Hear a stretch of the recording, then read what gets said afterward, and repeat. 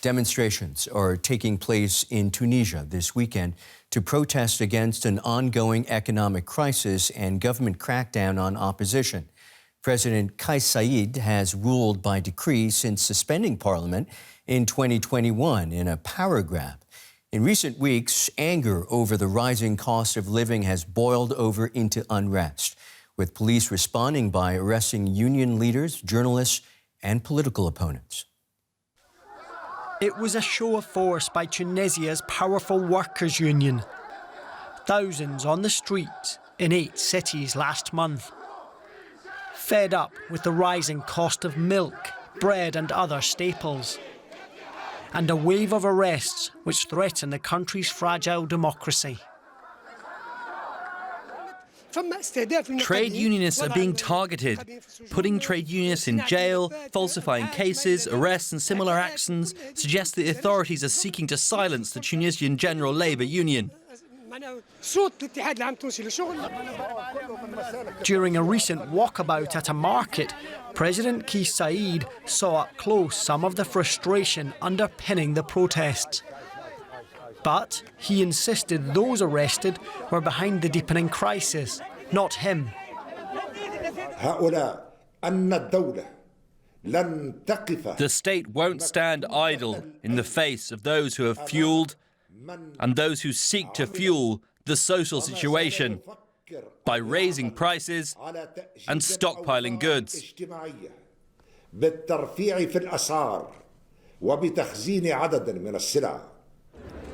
Journalists too have been protesting after police arrested the head of a radio station which had been critical of the president. The authorities are resorting to security forces and the judiciary to harass and intimidate journalists. This is the message they want to send to the media sector.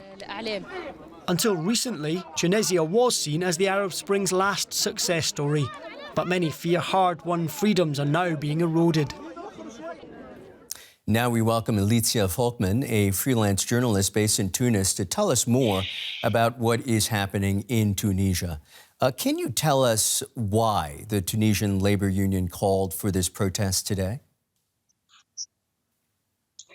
Well, Kais Saied announced that he planned to freeze their assets. He's also arrested some of the members, as was said in the report.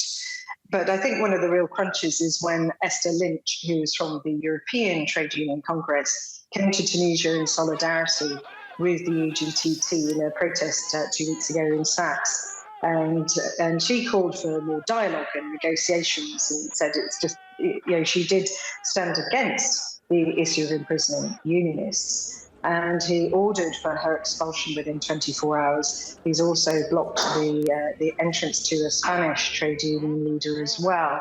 So it's not acceptable for foreigners to participate.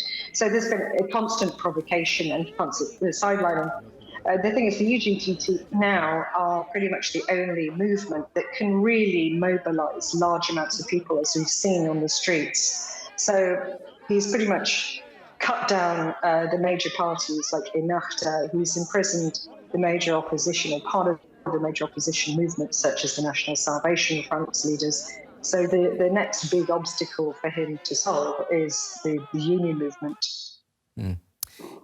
Given that online criticism of the government has been effectively criminalized, and Parliament, one could argue, is almost meaningless after only 11% of Tunisians took part in general elections.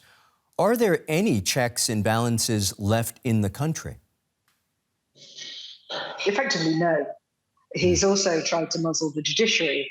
I mean, before, under the democratic, the parliamentary regime that was installed before, you had the separation of powers.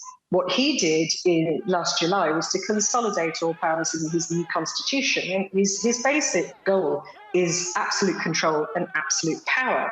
And he's doing quite a good job of consolidating that. But unfortunately, he's not really doing anything useful with that power. And that's the big problem. Tunisia is in deep economic turmoil and needs an IMF bailout. Given the international criticism of Saied's repression, especially coming out of the U.S., will these arrests weaken the government's position in forging a deal?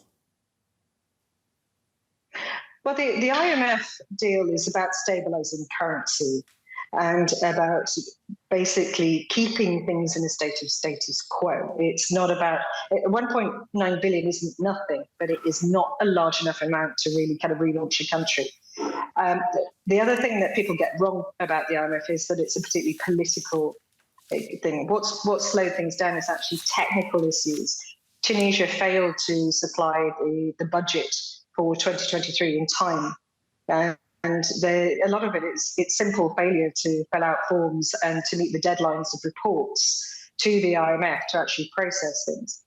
So there's the slowdown with the IMF certainly is on a sort of administrative level, but also the IMF do want to see some kind of stability, because if you give money when things are completely out of control, then it's like pouring water down a drain. But they were hoping with the new parliament that there would be some equilibrium, but we're now seeing increased chaos. So indeed, that could slow things down. Many, many, many thanks to Licia Volkman, freelance journalist based in Tunis.